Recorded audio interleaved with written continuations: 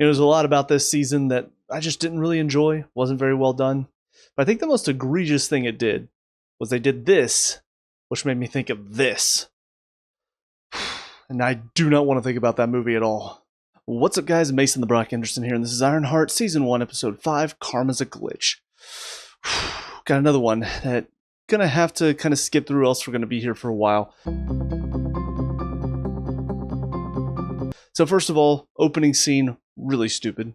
So many stupid moments. Riri should be dead. First she gets attacked by Jerry and Roz, who've been shown to be capable of taking down several armed guards throughout most of the season. And now they can't take down a little girl without her super suit. Make that make sense. I'm looking at this fight too, and there's so many hits that Riri's taken that I'm thinking that would knock out somebody of her age. Like, nothing against the actress playing her, but she looks small. She looks like she wouldn't be able to hold her own in a fight. And getting her head slammed against a metal table, that should knock her out.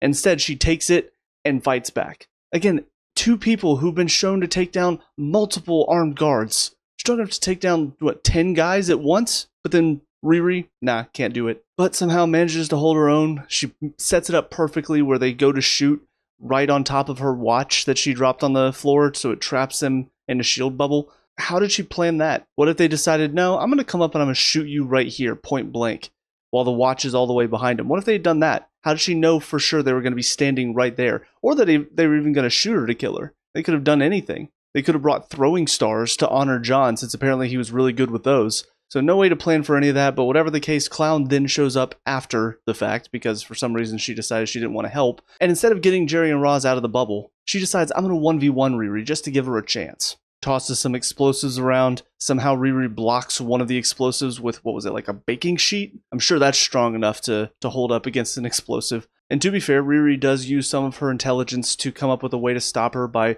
I think it was like a CO2 canister or something like that. She uses that to blast her away. But the problem is that's the only time she used her intelligence. The rest of it was just her basically throwing hands or throwing objects at people and dodging out of the way. That was kind of it. If she had built some cool contraptions with some of the stuff in the kitchen, I could have bought that. That's really the only intelligence that she really showed in this entire fight scene. But anyways, with all that being done, she runs outside and then Slug shows up in the truck. And then once again, the lack of intelligence shows because Riri just decides, I'm going to run straight down the street. Instead of, I don't know, getting behind the cars and ducking onto the sidewalk where Slug wouldn't be able to drive. But no, let's just run straight down the street, try to outrun a truck, which somehow she manages to for a little bit. But then, of course, we have Natalie with the suit, managed to unhook herself, protect Riri, slam the truck. And then we have this stupid, I want to say it was 30-second long slow-mo shot. First of all, showing the truck getting flipped.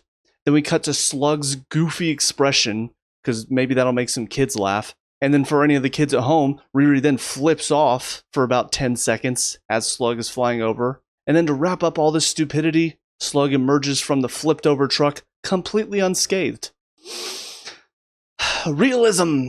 So the problem is that already took up maybe 10-15 minutes of the episodes. I'm thinking, God, this is taking so long, but at least we're finally done. We can move on. Nope, we're not done yet, because then Natalie and Riri have to have a little argument because Riri was thinking about deleting Natalie. And then I'm thinking, all right, well, that's done, so thankfully we can finally move on from this. Nope. Zeke's going to come in, zap her out of the sky, and then he's going to have a little monologue about what she did and blah, blah, blah, and then she's going to put up a little bit of a fight. It's going to do no damage, and then he's going to shut down her suit.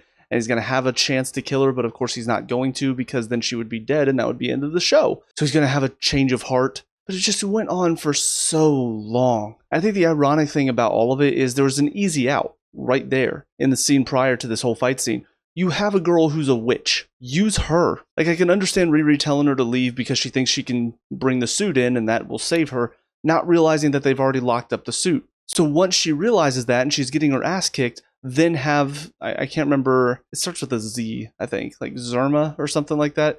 Have her come back in and help with her magic. But we don't want to do that because then Riri wouldn't get all the credit for taking these guys down. So it just leads to a lot of stupid stuff, unbelievability, and it takes Zeke going against everything that came before. The fact that his father was a supervillain, the fact that he's basically been raised in the perfect environment to become a supervillain, and then have somebody betray him, and then instead of becoming a supervillain, he's still like, no, you know what? I'm not going to do that. I'm not going to kill her because that's going too far. Clearly the people who wrote the show don't know how people like Zeke act in real life because I guarantee you he would not just be like, okay, I'm going to forgive you and let you go. That's not how that works. After that, we do get a decent scene, but the problem is that scene highlights the bigger problem for this series, which is Natalie, because I do like the conversation that Riri has with her mother. I didn't talk about it, but the conversation they had before she flew off really made her about as unlikable as you can make her. I think that was in the last episode. So I was glad that Riri had a chance to apologize and talk to her a bit. She still does give her some sass, unnecessarily so. But there are two things that come out of this conversation and the conversation they end up having in the garage.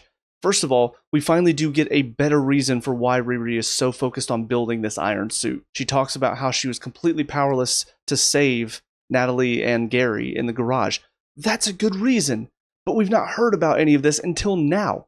And it's the second to last episode of the season. The rest of the season, it was all about she wants to get money so she can build this iron suit so that way she can be recognized. She can get her name out there. That's what it was all about before. Now all of a sudden it's no, she wants to protect the people she loves. And this is the way to do it. Which I will say, you doing this in such a showy fashion where everybody knows your name and everybody knows what you've built, that's not the way to protect your loved ones, because then the supervillains that want to take your technology, or in this case, the gang that you join that decides they're going to kill you after you turn against them, they know who you are. They know who to go for. So I don't have an issue with this reasoning for why she wants to build the iron suit. I have a problem with the fact that she basically put her whole family in danger because she's trying to get her name out there. Because she's made such a showy fashion of, I'm building an iron suit just like Iron Man. So there's that, but also the scene in the garage, we see Natalie show some of these clips from before when she was with Gary in there as a little girl. And those scenes do lead to a moment where Natalie does tell her, trying to forget the past isn't going to help you. And that's very true. And if that's what this whole story with the AI Natalie had been about, where maybe she's trying to help her, she's trying to be a useful AI companion and help guide her suit and all of this, but because she looks like Natalie, Riri is pushing her away, doesn't want her involved, doesn't want any of her help. If that were the story, then yes, this would be a great scene. Because then it would be about how unhealthy it is when you're grieving, when you're mourning somebody's loss, to try to forget about them. Because that doesn't help either. Because there are good memories, there are things that they do hurt when you remember them. They do hurt to think about the time that you had that's gone now. That sucks. But it's more unhealthy to forget about those memories because then you just bury all the emotions deep down and you try to forget about them. And that's not a healthy way to approach it either. So if that's what the story was leading to with all of this, if that's why AI Natalie exists in all of this, and that's why she looks like her best friend, okay, I'm on board with that. I think it's a good story. I think it's well handled. But that's not what the story has been up until now. The story has been about how AI Natalie is human. She is a replacement for her best friend. She can be there just like she was in the old days. This is Natalie, guys. This is who she was before. And that is not healthy, especially in our current climate, as I said before, where AI chatbots are looking more and more realistic, are trying to be, again, they're now slurs that you can use against AI chatbots. That's insane to try to say that you can be offensive to something that doesn't have emotions. You can program emotions, you can program them to act like they have emotion, but they don't. And also coming off the heels of what was just recently announced where SAG-AFTRA said no to the AI actress. Thank God. But this is such a dangerous message that you've been promoting. And then in this episode, we finally get what could have been a good message. What could have been the proper way to approach this. But you've not focused on this at all throughout the season. So you can't suddenly just flip and be like, actually, guys, this is what AI Natalie was all about this entire time. You can't make me forget the earlier scenes this season where she was trying to replace Natalie with the AI Natalie, or AI Natalie was trying to replace the real Natalie by being like, no, I am your best friend. So that's what I mean when they're decent scenes, but they're kind of marred by the fact that neither of these story points have anything to do with what we've seen before. When it comes to Riri's motivation, when it comes to AI Natalie and what she's been doing, these two scenes do not coexist with what we saw previously this season. But then moving past that, the only two things to talk about are, first of all, we see Parker going into this mansion that he and John tried to break into before. Apparently the guard that John shot, completely fine. Don't know how that works. But we find out that apparently it's Parker's dad's mansion and his dad threw him out at 12, didn't even want him, blah, blah, blah. So Parker is just a villain who has daddy issues. Now, I know what you might be thinking. You might be thinking that I don't really care about any of this. And I just gotta say, you'd be 100% right about that because this is a bullshit reason to have for your villain. It makes him so much weaker than he even was before. And I was not a big fan of his character before now. But yeah, just making it, oh, he's got daddy issues. And so that's why he wants his dad to acknowledge him.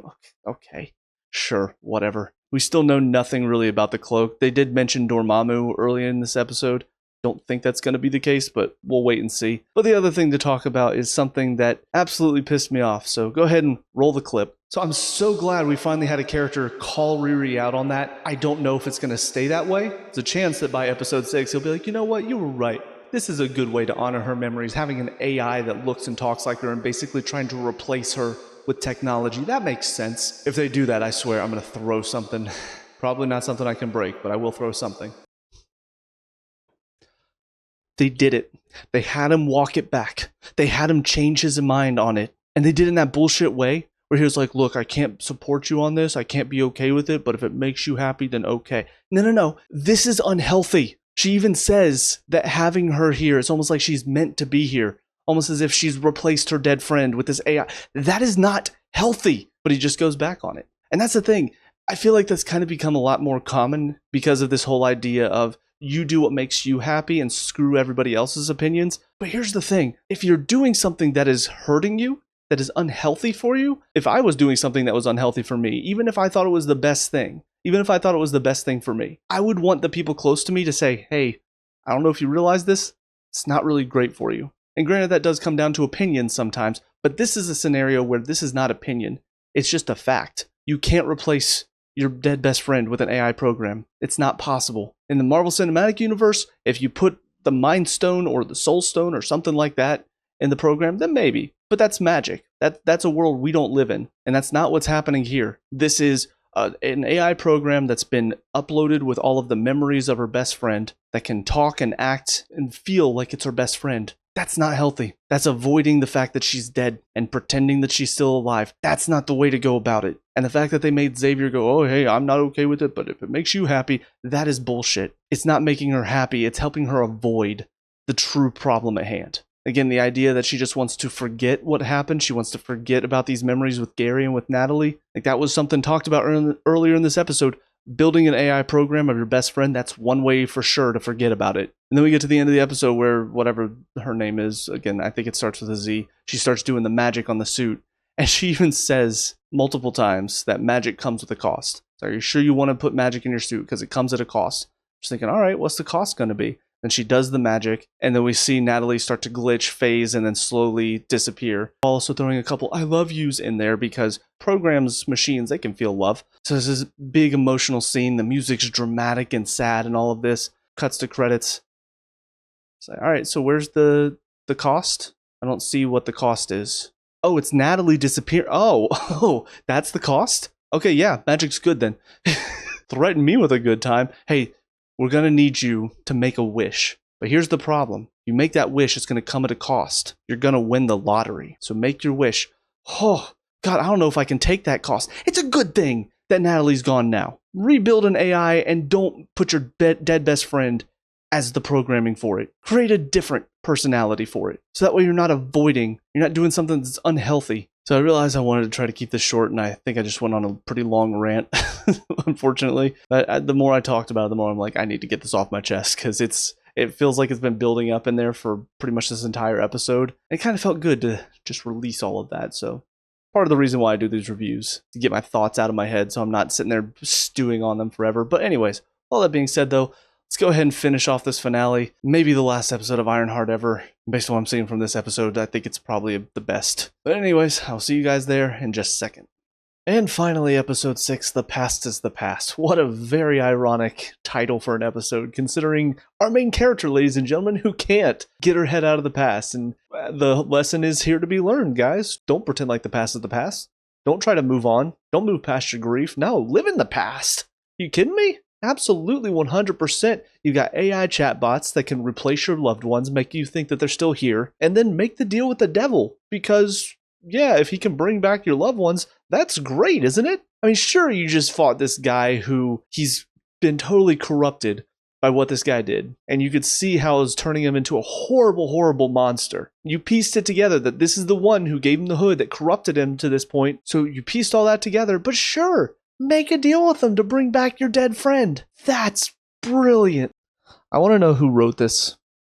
I want to know what idiot wrote this show, because whoever it is, they need help. They need therapy. And yes, they did try to show, okay, well, there's something growing on her arm, so it's a bad thing that she did this. But why did you have her do it in the first place? You make your main character so unlikable by doing a lot of this shit, unnecessarily so. This was your chance after this whole season where she created an AI that was basically trying to replace her dead friend. Whether she did it subconsciously or not, she was still giving in to that idea and treating this version of Natalie as if it were her Natalie. She's been focused a lot on money. We got to see in the last episode, maybe it was more so about trying to make a better iron suit to keep her family and her loved ones safe. But this was the moment.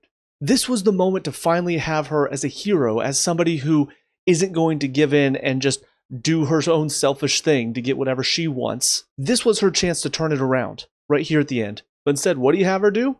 You have her give in. You have her accept the deal with Mephisto. Now she's going to become corrupted. She's going to turn into whatever monster that Parker was turning into. That's the main character. And here's the thing. I know some people might look at this and go, well, this makes her more human. The fact that she can make mistakes, we all will make mistakes too. 100%. I'm sure there are some people in our everyday life who would accept this deal if given the chance. But that's not what makes heroes heroes. That's not why I watch these shows. I don't watch these shows to watch a character who's going to make a mistake over and over and over again and not learn from her mistakes. I watch these fictional shows to watch characters learn from their mistakes, to be better. Especially when it comes to superheroes, I want to see them be better than us. It's almost like what can we strive to become? When given the chance to revive somebody that we've lost, somebody that we loved, when given that opportunity, what would we do in those situations? Most of us, I feel like, would falter, would give in to that chance. But I want to watch a hero who's going to step up and go, no, I saw what this guy did to Parker. I saw what happened to him. I saw what this leads to. So I'm not going to take that road. And she doesn't. She decides, I'm going to follow down his path. Because why not, right? It's so unbelievably stupid from a writing narrative perspective. And just imagine you're driving in a car and you see all of these signs. And the signs are telling you, hey, here's where you're headed. You're headed to this location. Don't worry, you'll get there soon. And then you get to the location and it's nowhere near where the signs were telling you to go. This whole season has been talking about the past and trying to move on from it. Again, not forgetting about it, as they showed in the one scene. Not trying to pretend that the past didn't happen, but not living in the past. And instead, at the very end, they do a 180 and have her decide, no, I'm going to live in the past. I want you to bring back my friend. It's so dumb. And I'm sure in the future, they will have this be a mistake. They'll show what an idiot she was for taking this deal. Honestly, there's a part of me, because we saw him say the same thing to Parker whenever he asked, like, what's the catch or something? What will you take? Something along those lines. And he said, it's nothing that you'll miss. We never found out for sure what that was. Wouldn't be surprised if that was supposed to be John. I could be wrong about that. Either that or something like it's his soul. That's why he was turning into kind of a monster there at the end, because he was losing all of his soul to Mephisto's deal. It's just so ridiculous that this is how they decide to end it, with her taking a deal with Mephisto. And on Mephisto, this was the character, like I said. Unfortunately, I already knew. And of course, everybody had been predicting when Mephisto was going to join the MCU, started in WandaVision. It is weird that the first series that he shows up in is one about somebody who's so technology based. I know they did have Zelma, who was there to provide some magic to her, which I do think is kind of stupid that she infused her suit with magic and she's just able to use it somehow. I don't feel like that should be how that works, but whatever. But yeah, having him show up in this show of all shows, when you had WandaVision, you had Agatha all along, you had Multiverse of Madness, even in No Way Home, that had Doctor Strange, and I have heard that in the comics, Spider-Man and Mephisto do interact at some point. So I don't know, there's just so many other shows and movies that I think he would have been more suited to being a part of. It's just weird that it ends up being Ironheart that he first shows up. And Sacha Baron Cohen as Mephisto, kind of an interesting choice from this little bit that we see here. Okay, I don't know much about the character of Mephisto, but he does have that certain, I don't know the right term for it, but there's something about the way he acts in this episode that you're not really sure what his true motivations are and what he is getting out of these deals. So there's an element of mystery that I think is very necessary with a character like him. Outside of that whole thing, I mean, there's not much else to talk about. Once again, Parker is shown to be kind of a lame villain because he ends up taking the deal with Mephisto just because he wants to get stupid rich, even richer than his father. Ooh. Also, I will say it was kind of weird. He's trying to jump over a fence, that is probably surrounding the mansion. And then we cut and he's sliding down a hill that leads to a road and a tunnel. Did he jump over a fence at a different point? Or are we just saying that the fence only goes so far and that there's another part of it that's connected to a hill that leads to a road? Like, I don't know exactly how that mansion and the fence are set up logistically, but to be fair, I don't think the people who made the show know either. So also, I will say the battle with Ezekiel, first of all, for his acting, I mean, he goes from I don't trust Parker, I don't want to work for him because he's controlling me, which I didn't mention this in the last episode, but the fact that Parker just had this technology that was able to infuse him with all of this stuff seems a little bit weird. But you can see he doesn't like working for Parker. He doesn't want to, but he's programmed to. But then when Riri shows up, all of a sudden he's evil and he's like, oh, hello, Riri. I can't have you being here right now. It's so weird. But they have their little fight. She manages to shut down his programming by kneeing him in the nuts. Haha, funny. And then the one thing that stands out to me is after they're done fighting, she looks at him, she's like, so we friends again, Joe? Where do you get off? You are the one that caused all of this. You're the one that exposed him because of your negligence. You got him arrested, and you didn't even care when you got him arrested. You showed up and you started cracking jokes at his expense. It's your fault that he's this way. You told him to be more confident. You got him arrested. You didn't care to try to get him out. And then after all that is said and done, and you get him out from under Parker's control, you're the one to be like, hey, so are we friends again?